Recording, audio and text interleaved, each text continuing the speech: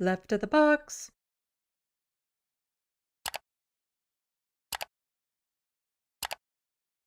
What's happening in the United States is having a major impact on the culture up here as well. And what you see happening down there is spreading up here, no doubt about it. One of the things that is spreading up here is the attack on the LGBTQ plus community, trans people in particular. Alberta, a province here in Canada, has gone extraordinarily right-wing in what they are doing to trans people in their province. They're having some of the most regressive anti-trans laws in the world. They're pushing it through. They have a majority right now in that province to push through all of this horrid, harmful, hateful legislation. And they threaten to do it. They're doing it. So Sherry DeNovo said Alberta is about to enshrine hatred of our most vulnerable children into law. Anti-charter, anti-human rights, fascism looks like this. And this is from Rachel Notley. She used to be the NDP leader. She's still part of the NDP. And she says, after almost 17 years in Alberta, today I watched as the legislature sunk to its lowest point ever. The UCP voted to breach the charter and fundamental human rights of transgender youth people and their families to have equal access to health care. Alberta is the only province to act with this much callous cruelty. Trans rights are human rights, and the UCP cares nothing for either. I always hear a lot of Americans saying, is it safe? Can we go up to Canada if things get really bad down there? And it's like, the amount of holes in the lifeboat of Canada, I wouldn't say it's necessarily safe to come here anymore. It depends on where you go, of course. Some provinces are better than others, but this shouldn't be happening. The rights of people, of individuals, are being rolled back at an extraordinary level. Unlike, I don't recall ever seeing anything like this in my lifetime. It starts with the smallest of groups, trans children, then it's trans adults, and then it gets expanded to other people in the LGBTQ plus community, then people's reproductive rights, and it keeps on expanding out. And every time a province is allowed to get away with something like this, it just emboldens other provinces to go even further. And it has an influence on the culture too, because it's all over the culture in the United States. And then again, it spreads up here in Canada, and it really does influence people. The Supreme Court in the United States was arguing access for care for transgender youth. And one of the judges was just asking oh, it shouldn't be necessary or something like that.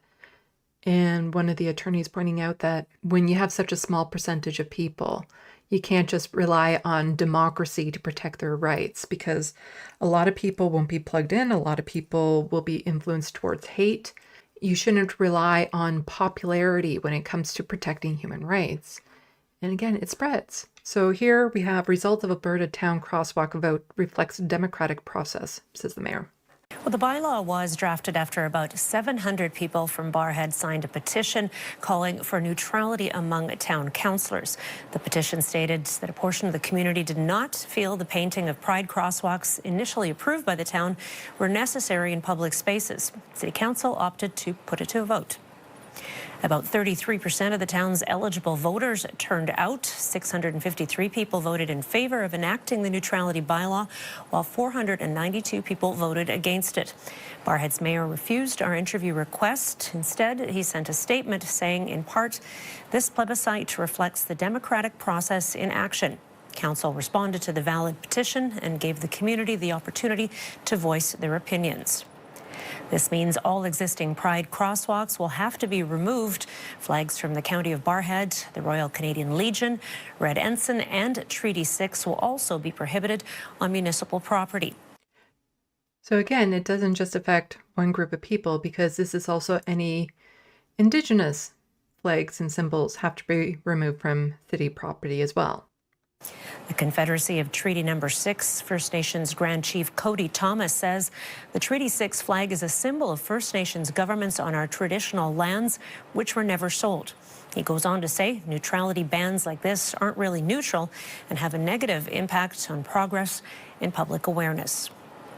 Decorative flags and imagery can still be displayed on personal or business properties. The bylaw will need to go to a second and third readings before it's enacted. Jeff? All right, Sylvana, thank you.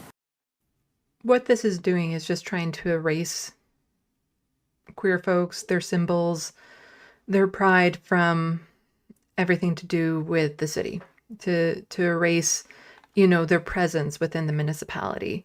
And again, it doesn't just affect one group, it gets expanded over and over and over again. And this is what happens when you just leave it up to democracy to protect people's rights. It starts with little things like this, and this isn't little for the people those crosswalks represent. This is a big way of trying to erase them from the public eye. But for a lot of people who aren't attached to the queer community, they might see, like, what's the big deal? Well, it starts with all these little things.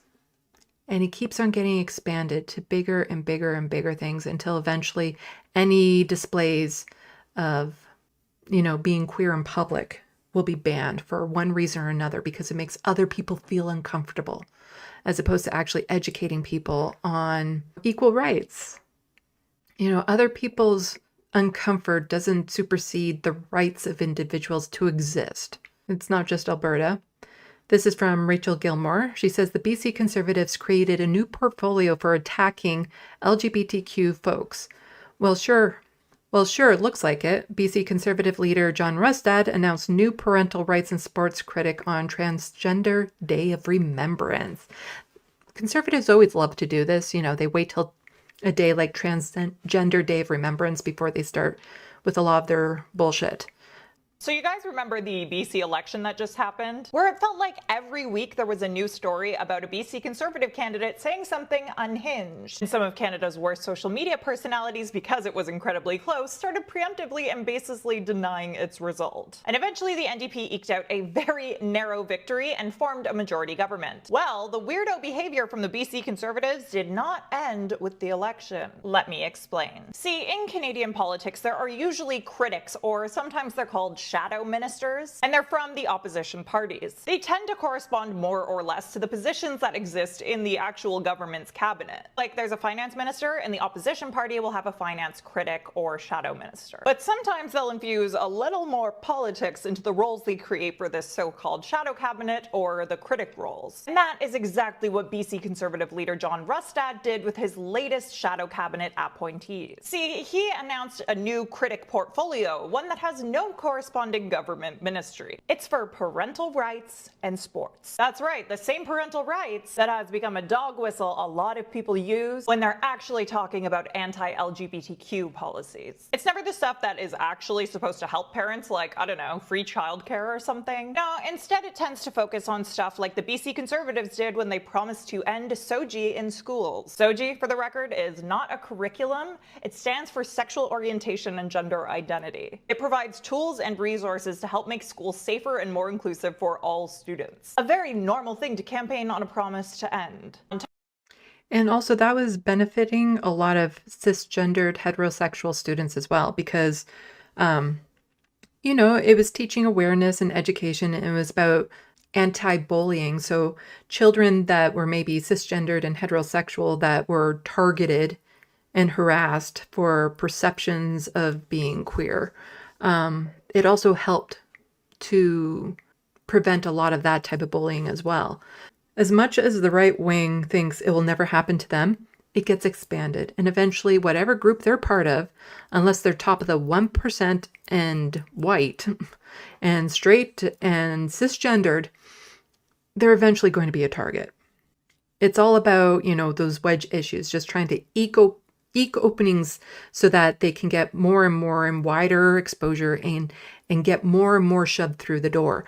They know, the right-wing conservatives, they know they can't just snap their fingers and do everything they want. They have to start small and keep on expanding out, because it's like the whole frog in boiling water type thing. If you just start with these little things and you normalize it and make people feel, well, I guess, parental rights, that sounds a bit normal and stuff like that. And you keep on normalizing, and before you know it, trans care for youth is now not accessible in Alberta, or won't be very shortly.